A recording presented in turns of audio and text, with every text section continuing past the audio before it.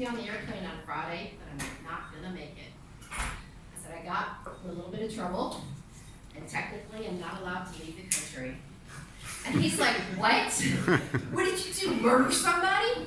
And I'm like, he went straight to murder. He didn't go bank robbery, he didn't go drug deal, he didn't go assault, he went straight to murder. He's like, who did you kill? I'm like, I didn't kill anybody. He's like, did you finally kill your mother? No, I did not kill my mother. Your brother? Did you finally kill your brother? No, I did not kill my brother.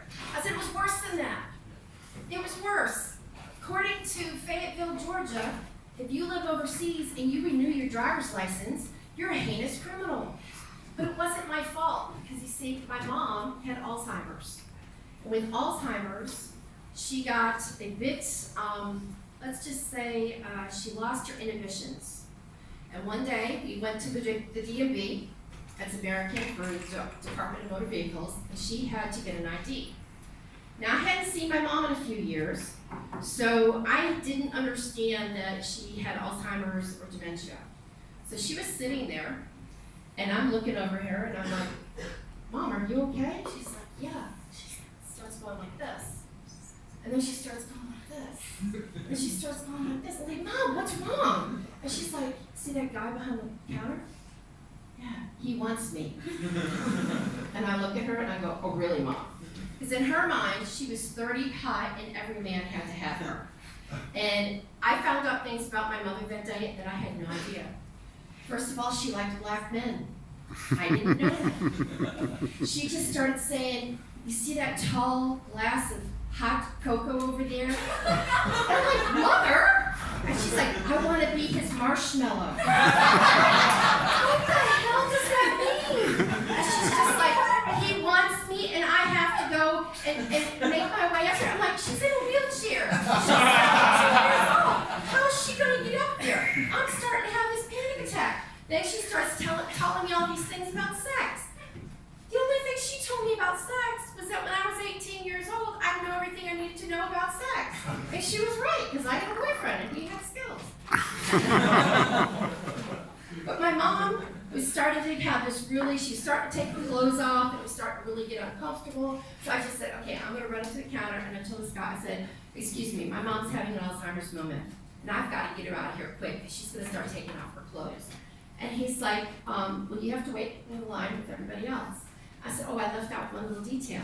I said, did I let you know that you're the object of her affection? Because she thinks she's 30 hot and every man has to have her. And in a minute, you're going to have a 70-year-old woman coming to give you a lap dance. So he's like, okay, let's get her through the counter. So, and that's where I committed a Class A felony. Because I was so concerned about getting my mom through that he said just dot here, X here, and sign here, and that's what I did. So I went through and we got our driver's license, and I had no idea that I was a hot felon that day until the next day when I got in a car accident. You see, there was this really bad intersection in Fayetteville, Georgia, and I got in a car accident and I decided to hit the Lexus, not on purpose, because you know, in New Zealand, when you're on the wrong side of the road, America, you drive on the other side of the road. So I thought that I would tell the police officer that I was from New Zealand now with a southern accent. I kept going, I live in Christchurch, New Zealand, and I can't be dealing with this, and I gotta get home. And he's just looking at me going, so you renewed your driver's license yesterday? I said, yes, I did. And he's like, what's 656 Riverbend Drive? Whose address is that? I'm like, why? And he said, because if you renewed your driver's license and you don't live there, that's a felony. And I'm like, okay. So I didn't know how to answer that question. I said, well, I used to live there a long time ago. So he's like, okay, here, you have to go to court now. And so I went home and to my friend's house, and I called up them because I had to explain that I was from New Zealand. And apparently, Fayetteville, Georgia, New Zealand sounds like a very exotic place to them. They're like, are you from like the land of the hobbits? I'm like, yes, I am. They're like asking me all these questions about New Zealand, and I said, yeah, I have to be back in New Zealand on Friday. And she's like, you ain't gonna make it. And I was like, why? And she goes, well, if you try to leave the country, we'll hunt you down. And I'm like, what did I do? I just renewed my driver's license. And she goes, if you go to the airport we will send a crew in to take you down. And I'm like, what? Why? And she's like, because it's a felony. And apparently these women were just a little bitter.